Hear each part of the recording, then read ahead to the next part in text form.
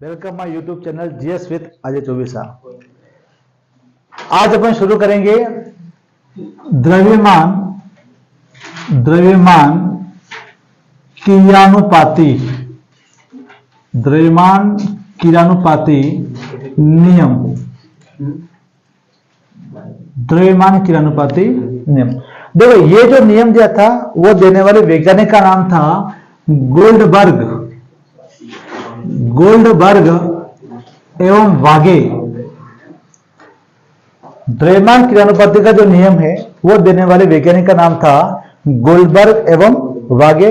लेकिन इस नियम का प्रायोगिक सत्यापन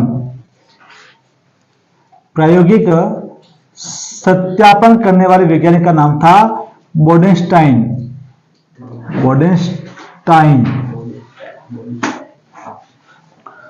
देखो, ये नियम क्या कहते हैं, जैसे देखो मान लो मैं एक रिएक्शन लिख रहा हूं A प्लस B और ये अभिक्रिया आगे उत्पाद बनाता है C प्लस D। एक अभिक्रिया हो रही है ना। एक अभिक्रिया मैंने क्या लिखा, ये A और B ये अभिकारक है और C और D यहां पे बन रहा है। इस A के आगे लिखा है N1, ये लिखा मैंने N2, ये हो जाएगा M1 और ये हो जाएगा आपके M2 हो जाएगा। A अभिकारक है, B अभिकारक है, C उत्पाद और D उत्पाद। ये जो N1 लिखा, N2 लिखा हुआ है, M1 तथा M2 लिखा हुआ है, इसको बोलते हैं रस समीकरण मिति गुणांक कहते हैं। क्या होता है कि किसी अभिक्रिया में अभिकारक कितनी मात्रा में भाग लेगा और उत्पाद कितनी मात्रा में प्राप्त होता है, उसको दर्शाने वाली संख्याओं को रस समीकरण मिति गुणांक कहते हैं। तो यह नियम ही कहता है किसी भी अभिक्रिया में अभिक्रिया का वेग अभिकारकों की सांद्रता या इसको बोलते हैं सक्रिय द्रव्यमान के गुणनफल के समानुपाती होता है। क्या बोल रहा हूं मैं, किसी भी अभिक्रिया में अभिक्रिया का वेग, किसी भी अभिक्रिया में जो अभिक्रिया हो रही है, अच्छा अभिक्रिया हमेशा उत्क्रमण अभिक्रिया होगी, है ना। तो किसी भी अभिक्रिया में अभिक्रिया का वेग अभिकारकों की सांद्रता, या हम यहां लिख सकते हैं सक्रिय द्रव्यमान सांद्रता, या इसको बोलेंगे सक्रिय द्रव्यमान के गुणनफल के समानुपाती होता है। तो किसी भी अभिक्रिया, कोई भी अभिक्रिया हो रही है, उस अभिक्रिया में अभिक्रिया का जो वेग होगा वो अभिकारक के सांद्रता या सक्रिय द्रव्यमान के गुणनफल के समानुपाती होता है। ये परिभाषा है। देखो A और B, जब A और B हम अभिकारक मान रहे हैं तब उत्पाद क्या बनेगा, आपके C और D बनता है। A B से CD बन रहा है, इसको बोलते हैं अग्र अभिक्रिया कहते हैं। भाई अभिक्रिया यूं चल रही है ना। A B से क्या बन रहा है, आपके CD बन रहा है, तो A B आपका अभिकारक है, इससे क्या बन रहा है, आपका CD बन रहा है, इसको बोलते हैं अग्र अभिक्रिया। इसको दर्शाते हैं अपन R और इसको बोलते हैं F। R का मतलब हो गया रेट ऑफ रिएक्शन, F का मतलब क्या होता है, फॉरवर्ड, अर्थात अग्र अभिक्रिया का वेग। जब साम्यावस्था के ऊपर क्या होता है, मान लो रिएक्शन बैकवर्ड चल रही है, उल्टी चलती है, जब इसका मान ज्यादा हो जाएगा तो रिएक्शन उल्टी चलेगी, कल अपन पढ़ा था। तो ये बन जाएगा अभिकारक और ये क्या बन जाएगा, आपका उत्पाद। उस समय रिएक्शन उल्टी चलती है, इसको बोलते हैं अपन पश्च अभिक्रिया का वेग। इसको दर्शाते हैं अपन RB से। R का मतलब हो गया रेट ऑफ रिएक्शन, B का मतलब क्या हो गया, बैकवर्ड हो जाएगा।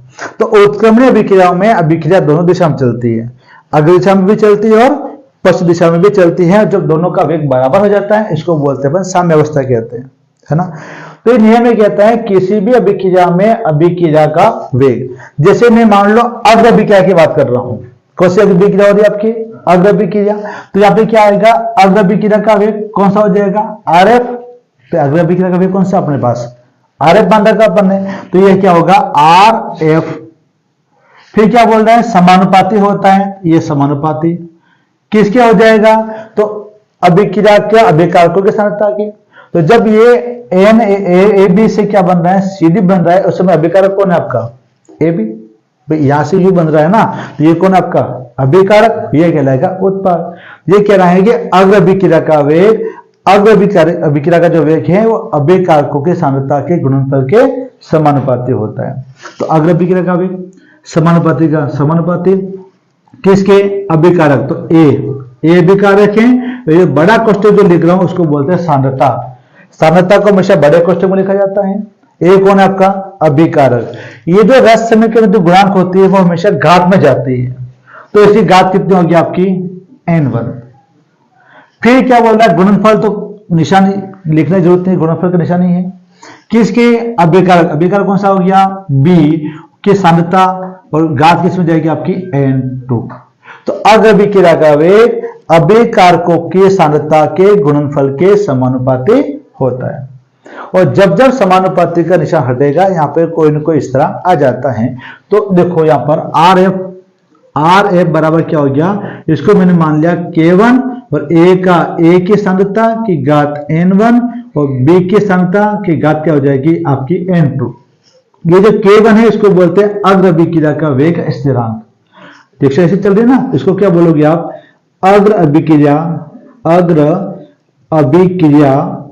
का वेग स्थिरांक, वेग स्थिरांक। ऐसे हम किसकी बात करेंगे अपन, पश्च अभिक्रिया में।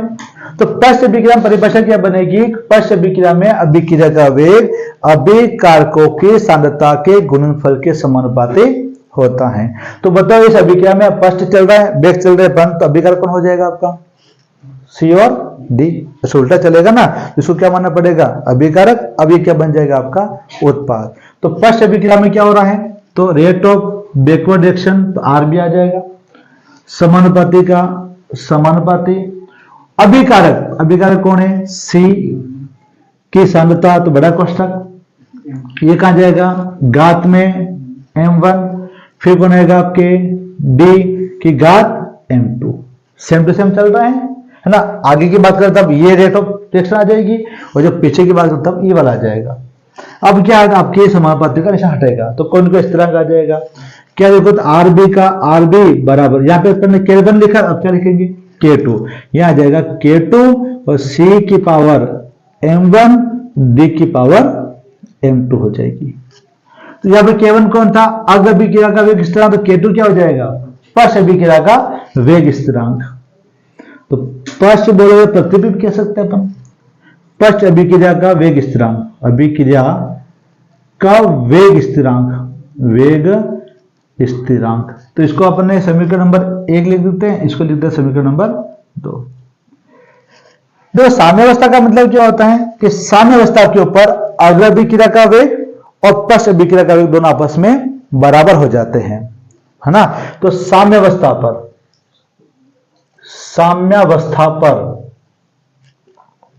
क्या हो जाएगा, अग्र अभिक्रिया मतलब आर एफ, और बराबर किसके बराबर हो जाएगा, आर बी के बराबर हो जाता है। साम्यावस्था के ऊपर अग्र अभिक्रिया का वेग और पश्च अभिक्रिया का वेग दोनों आपस में क्या हो जाएंगे आपके बराबर हो जाते हैं।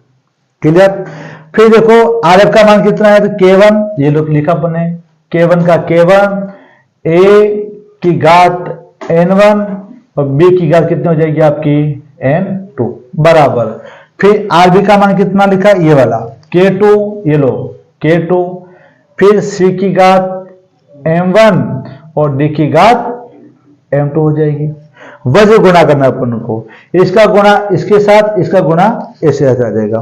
तो वज्र गुणा करेंगे, दो K1 के नीचे क्या आ जाएगा आपका K2, तो K1 बटा K2 बराबर, ये जाएगा नीचे, ऊपर कौन आएगा, ये आ जाएगा C की घात m1 D की घात m2 बटा नीचे कौन आएगा A की घात n1 और B की घात आपकी हो जाएगी n2।